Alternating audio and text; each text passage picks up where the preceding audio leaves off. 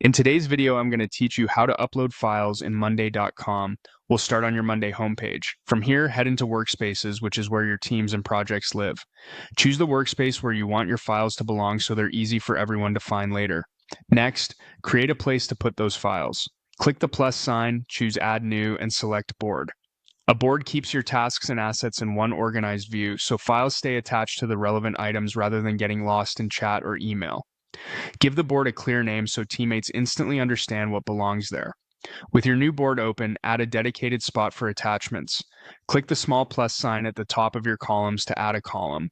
If a search bar appears, use it to quickly locate the column type you need by typing Files. Select Files to add it to your board. The Files column is built specifically for uploads, letting you attach documents, images, videos, PDFs, and more to each item. Now you're ready to upload. Click into the cell in the Files column for the item you're working on and choose the source that works best. From Computer lets you browse your device and pick one or multiple files in a single go. If you need to capture something on the spot, choose the webcam option to record and attach immediately. You can also bring in a document from Connected Services, with additional sources available depending on your plan and permissions. As files upload, you'll see them appear right inside the cell. Click any thumbnail to preview or download.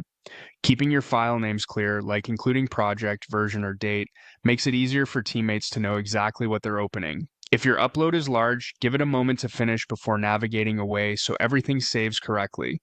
A quick tip for staying organized: create or select the right item before uploading so the file lands with the task it supports.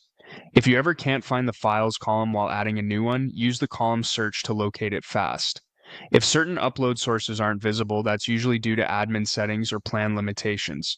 When you add updated versions later, attach them to the same cell to keep the history together and use item updates to give context.